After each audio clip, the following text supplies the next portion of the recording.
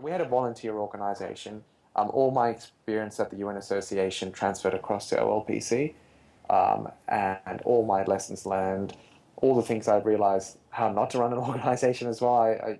It all kind of fit in, and it became a very exciting enterprise for me. And I was the first. Well, I was obviously the founder, but then also the first CEO. But I was a volunteer, so I was an analyst at Deloitte, but I was a CEO at OLPC, and everyone at Deloitte knew me as the OLPC guy and stuff like that. And being an auditor is a very, very easy way of kind of fishing out your real passions in life, because the job's just so boring. And the career path going forward, I just thought I just didn't look too appetizing or inviting for me.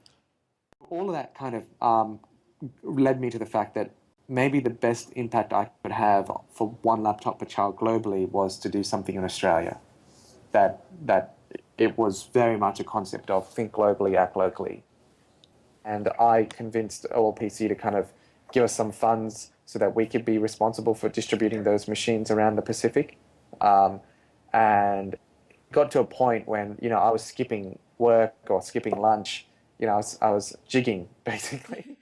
Go out and ship laptops to communities like in the Pacific and Fiji, and it was just a one-person operation, right?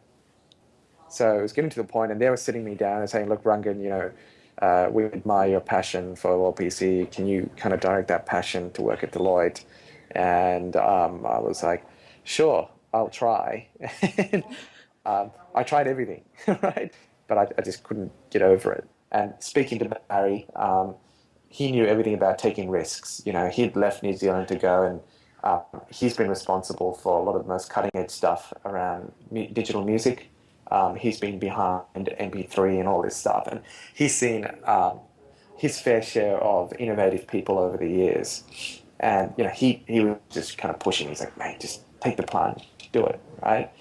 He was egging me on, and so I did it. I kind of quit my job, which was quite cool, and then I started OLPC full time October 3rd, and it was kind of funny because the board, I had a deal with the board that I would get paid, but I would only be paid if we had money in the account, and then if we fell flat, I would have no recourse. I found it extremely empowering to be able to wake up and you look around, you're like, yeah, no one's going to tell me what to do, right?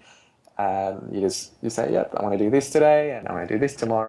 There was expectations, but I was actually very fortunate for my parents to say, all right, we can see that you're passionate about this. And, both my parents were public servants, and, I spent my whole life in public school and stuff like that. So we're not exactly cashed up.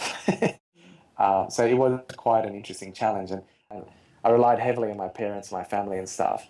And I didn't quite think through the implications of the global financial crisis on, if I really thought about it properly, I wouldn't have done it because it would have been a dumb thing to do. There has to be a voice in you that says, yeah, you can do it, even if there are other people who think you can't. And if you have that voice in your head, and only some people hear that voice, you'll be successful.